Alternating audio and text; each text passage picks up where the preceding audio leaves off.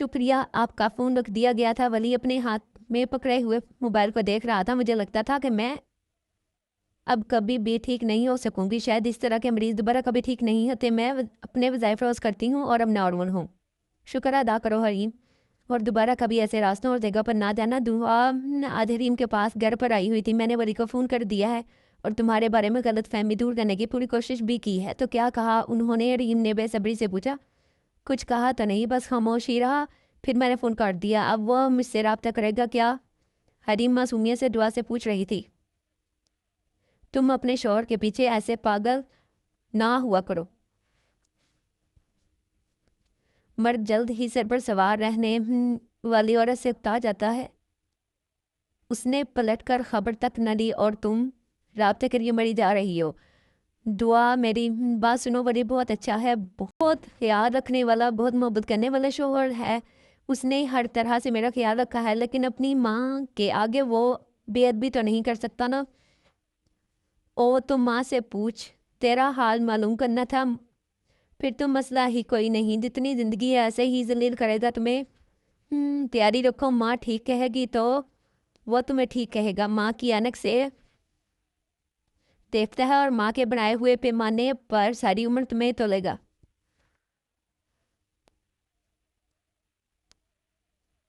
یہاں بھی تو ایک بوجھ اور بیکار چیز ہی کی طرح میرا وجود کبھی اس کمرے اور کبھی اس کمرے میں فارغ پڑا ہے۔ یہاں سب کی زندگی مکمل ہے، اور میرے آنے سے امی کو مزید باتیں سننے کو ملتی ہیں، ورنہ ساجد بھائی انہیں وقت پر بابی سے کھانا لا کر دے دیتے تھے اور اماں نماز قرآن میں مگن رہتی تھی۔ اگر میرا گھر نہ بس پایا تو بوڑھی بابی مجھے کسی لنگڑے یا نشئی کے ساتھ جوڑ دے گی۔ اب تو پھر عزت کے ساتھ کھاتا کماتا شوہر ملا ہے، عزت نفس کا۔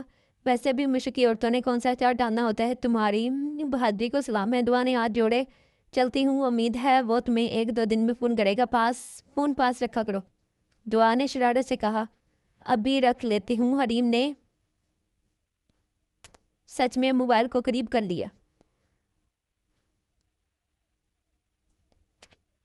دن بڑے ہو رہے تھے، دھوپ خوب نکلتی تھی اور دوپہر سی زندگی لگتی تھی اسے۔ میری زندگی میں آئے ابھی تھوڑا سا وقت ہوا، اور میری ہر خوشی نہ خوشی اس کے ساتھ جڑی ہے۔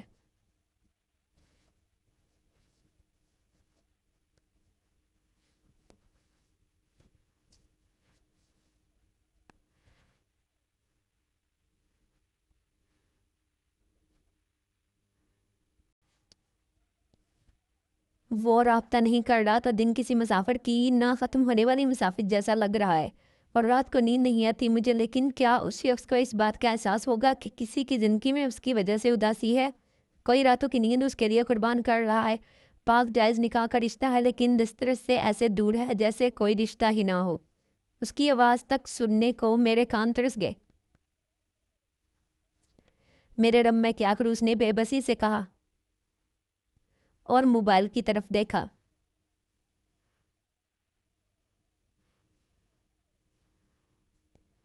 ماں نے کہا کہ محلے کے لوگ طرح طرح کی باتیں کر رہی ہیں کہ تمہاری بہو کو اس رات کیا ہوا تھا۔ کوئی مجھے باتیں سنا رہا ہے کہ میں کیسی ساس ہوں۔ اب کسی کو کیا بتاؤں کہ وہ خود جادو ٹونا کرواتی ہے۔ ولی کی ماں اپنے بھائی کو اپنے غم کی داستان سنا رہی تھی۔ بھائی کا اصرار تھا کہ ریم کی طبیعت ٹھیک ہو گئی ہے، اس کا طبیعت کا معلوم کرو۔ دنیا والوں کی طرح آپ بھی بہن کو باتیں سنا رہے ہیں۔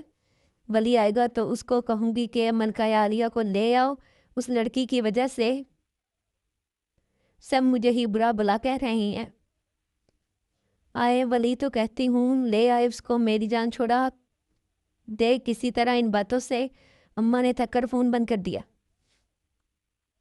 رات کوئی 10 بجے کا وقت تھا، نیند آنکھوں سے کوسے دور تھی۔ ریم اماں کے پاؤں دبا رہی تھی۔ ارے بیٹا تم تو خود بیمار ہو، لے جاؤ، ماں نے پیار سے ہاتھ پکڑا ہے۔ مجھے نیند نہیں آ رہی، ریم نے نرمی سے ہاتھ چھڑا لیا اور پاؤں دبانا شروع ہو گئی۔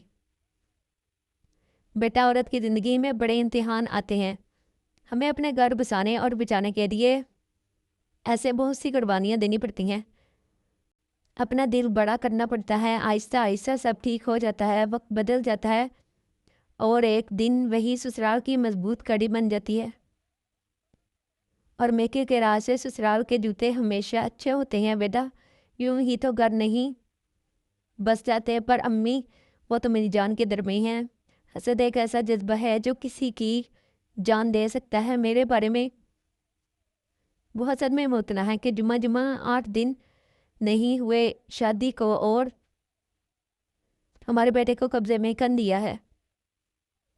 حسد کے لیے بیٹا سورۃ فلق پڑھا کرو، اپنے رب سے مدد طلب کیا کرو۔ حریم، جب میری شادی ہوئی تھی نا تب نظر حسد اس طرح کی چیزوں کو لوگ بہت کم جانتے تھے۔ بیٹی کے روپ میں عورت باعث رحمت برکت سمجھی جاتی تھی اور بہو کے روپ میں وہ اگلی نسلوں اور خاندان کی عزت سمجھی جاتی تھی۔ ساس اپنی ازلی دشمنی تو شاید دکھاتی تھی پر بیٹے کی بیوی سے اتنے خطرناک جذبات نہیں رکھتی تھی، لیکن در حاضر میں لڑکیوں کو بہت سارے نئے وسائل سے گزرنا پڑتا ہے، لیکن بیٹا ان کا حال سوائے اللہ کے کسی کے پاس نہیں۔ سو نماز پڑھا کرو، قرآن اور اپنے جو وظائف و روزگار ہیں ان کا اہتمام کیا کرو۔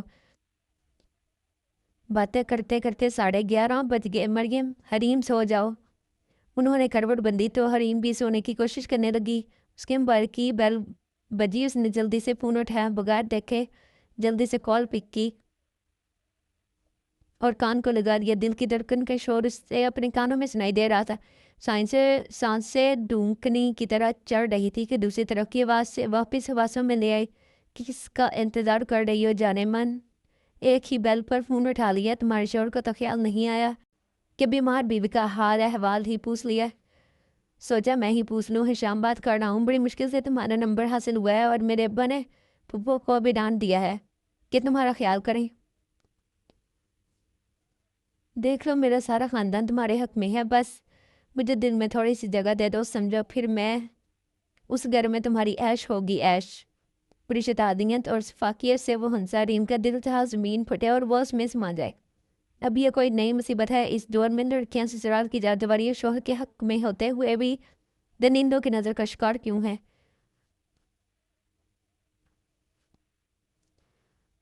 جانے یہ درندے، یہ شیطان نما انسان کیا چاہتے ہیں، یہ جانتے ہوئے بھی کہ وہ شادی شدہ ہے۔ حریم نے فون کو آف کر دیا۔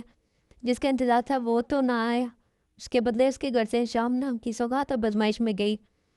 ہفتے والے دن ولی گھر چھٹی آیا تو چپ چپ بیٹھا تھا۔ کمرہ حریم کے بغیر اجڑا ہوا تھا، ہر چیز بے ترتیب تھی۔ وہ ولی کے آنے سے پہلے کمرے کو شیشے کی طرح چمکاتی تھی، اس کے کپڑے نکال کر رکھتی تھی، ضرورت کی ہر چیز اس کو حاضر ملتی تھی، اس کے آگے پیچھے کنیز کی طرح پھرتی تھی، لیکن آج حالات اس کے برعکس تھے۔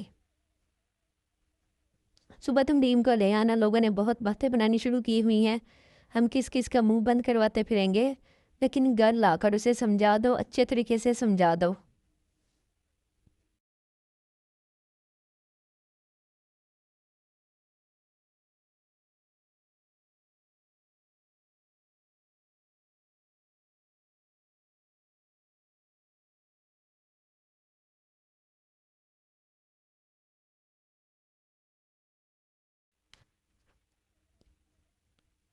کچھ اپنا روب دکھاؤ، تم نے اتنی بڑھا کر سر پر سوار کی، اب ہم کس کو منہ دکھانے کے قابل نہیں، کیا بتاؤں لوگوں کو کہ اس کو کیا ہوا تھا۔ میں نے نہیں جانا، آپ فون کر دے ساجد کے ساتھ آ جائے، میں لینے نہیں جاؤں گا۔ ولی نے جانے سے ہی انکار کر دیا۔ اماں ولی ٹھیک کہہ رہا ہے، آپ اس کی امی کو فون کر کے کہیں کہ اگر میڈم ٹھیک ہے تو گھر آ جائے۔ ولی کو مت بھیجے، سمرا نے مشورہ دیا، لاؤ فون ملاؤ، عجیب سی لوگ ہیں، اتنے دن پوچھا تک نہیں اور اب لوگوں کی باتوں سے ڈر کر چھوڑ جانے کا کہہ رہے ہیں۔ اماں نے ٹھنڈی سانس بھری۔ ریڈیم اپنے کپڑے پیک کر لو، کل ساجد تمہیں چھوڑ آئے گا۔ تمہاری ساس کا فون آیا تھا؟ بیٹا اللہ کا نام لے کر گھر جاؤ، کچھ نہیں ہوگا۔ ریم کی آنکھوں میں خوف اتر آیا، آج اسے سمجھ میں آیا تھا کہ بیٹی پیدا ہونے پر ماں باپ کیوں روتے ہیں۔ ساتھ رہا میرے چند روز محبت کرنے کے لیے، باعزت لے گیا تھا گھر سے بے عزت کرنے کے لیے۔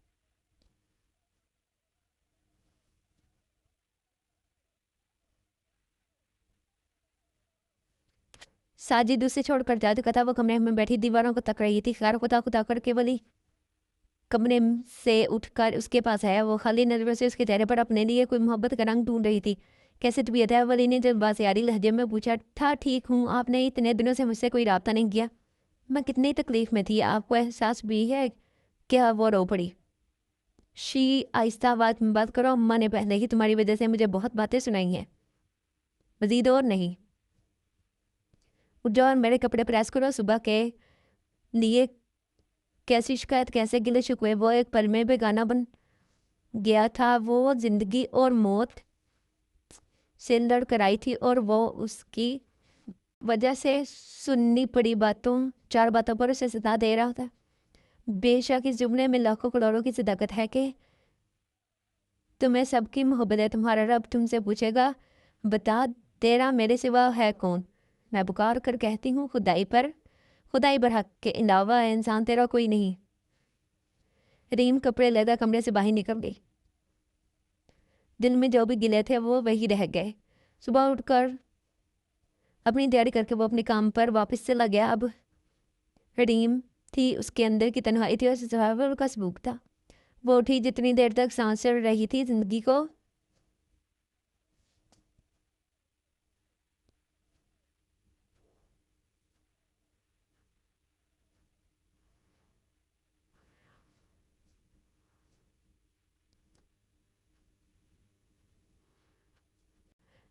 گھسیٹنا پڑتا ہے۔ ڈیوڈو سنبھالا اور اپنے کام پر لگ گئی۔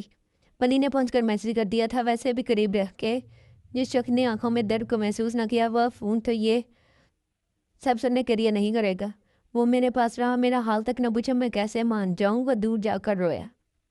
ریم چاہتی تھی مصروف رہے تاکہ ولی سے بات نہ کرے، اس لیے اس نے صبح اٹھ کر مشین لگائی، مشین میں اپنا نیا سوٹ پہنے ڈال دیا کہ وہ تھوڑی دیر کے لیے پہنا تھا۔ وہ نہیں جانتی تھی کہ ساس کے کمرے کی کھڑکی سے اس پر نگرانی کی جا رہی ہے۔ کسی نے اس کا بازو مضبوطی سے پکڑ لیا تھا۔ وہ سہم کر بولتی، کیوں بی بی، تیرے گھر والوں نے یہ سکھایا ہے کہ ساس اور سسر کے کپڑے ڈالنے سے پہلے اپنے ڈال لینا؟ ہم کیا تجھے کمتر لگتے ہیں؟ اب اس پانی میں اپنے ہی کپڑے دھونا میرے ماں باپ کی نہیں۔ یہ کہہ کر آپا نے سارے کپڑے اٹھا کر لے گئی اور کمرے میں لے گئی۔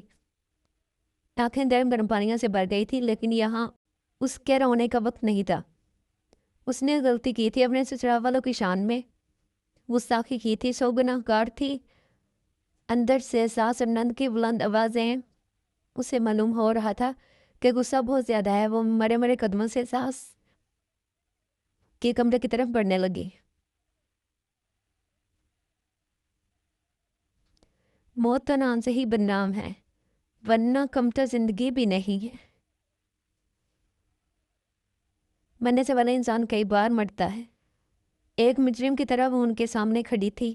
ساس کی گرئی تار آواز نے اس کے سانسوں کو کھینچ لیا تھا۔ ہمارے کپڑے دھونے کی ضرورت نہیں امی، میں آئندہ خیال رکھوں گی۔ اس سے زیادہ اس سے بولا نہیں گیا۔ آنسو آنکھوں کے باڑ توڑ کر بہہ رہے تھے اور عزت نفس زخمی تھی۔ اٹھا لو کپڑے، اس نے ایک ملازمہ کی طرح جھک کر سارے کپڑے اٹھائے، سین میں لے آئی واپس۔ اپنا سوپ نکالا، پھر سارا پانی نکال کر صاف پانی ڈال کر معتبر اور پاک کپڑوں کو اپنے ناپاک ہاتھوں سے دھونے لگی۔ آنسو نے بہت بار پانی کے ٹب میں گر کر اندر کی تکلیف کو عیاں کیا، پر اس نے دھیان نہیں دیا۔ رات کو ولی کا فون آیا تھا، پہلے سے تھوڑا سا بہتر لہجہ تھا۔ دل کیا اس سے کہوں کہ اپنی والدہ سے کہو کہ مجھ پر اتنی سختی نہ کیا کرے، لیکن پھر یہ سوچ کر چپ ہوئی کہ ولی نے کہنا ہے کہ پھر تم گلے شکوے کرنے لگی ہو۔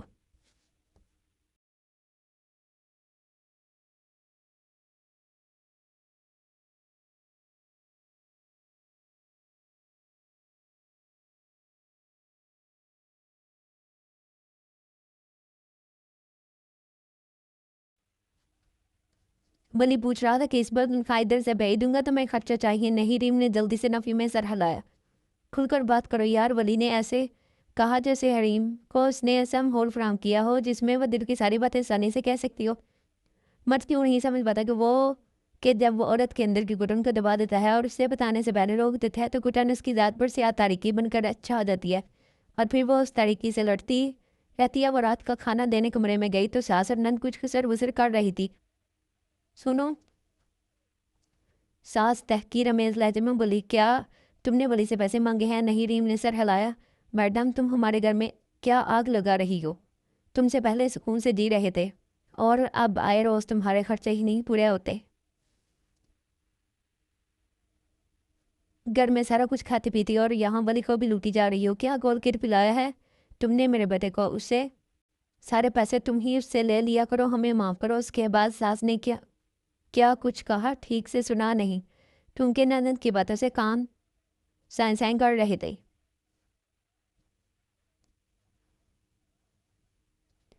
ولی کو فون پر کیا کہا گیا وہ نہیں جانتی تھی, پر اس نے فون نہیں کیا تھا. اس حریم کو کائل آئی تو میں کروں گی. امی آپ اس سے تو کچھ ہوتا نہیں, سارا گھر کھا گئی ہے یہ, سمرا نے دانت پیس کر کہا تھا.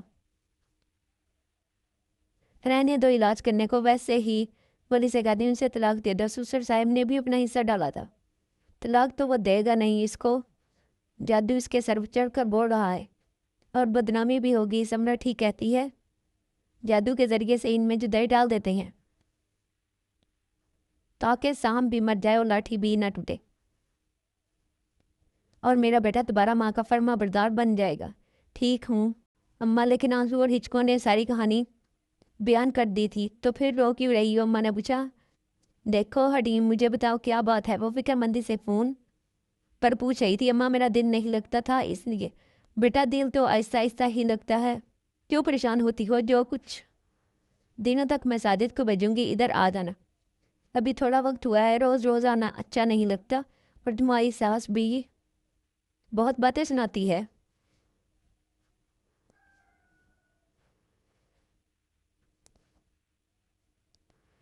جی امی, اس نے سر ہلایا. پریشان نہ ہوا کرو, خوش رہا کرو, امی نے کہا.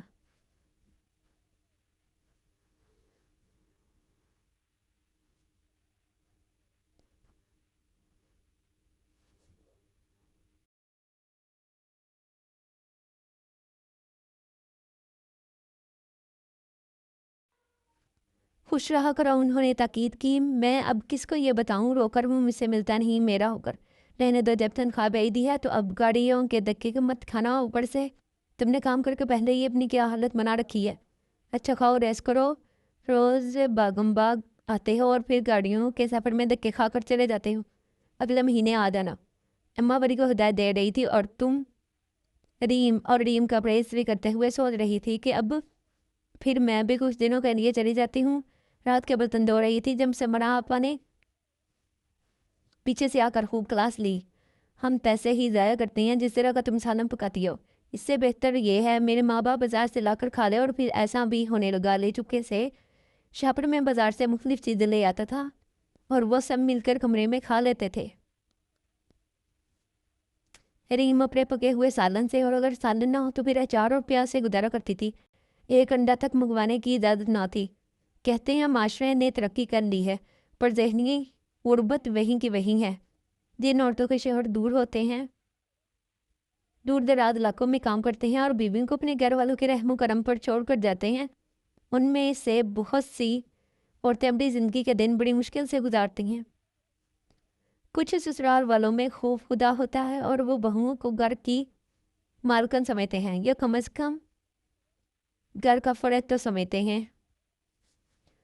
ہاں جب مرضی لے جائیں, میں نے اس سے کیا کروانا ہے؟ ساس نے ریم کی والدہ کو فون پر کہا تھا. اس نے ولی کو پہلے ہی بتا دیا تھا.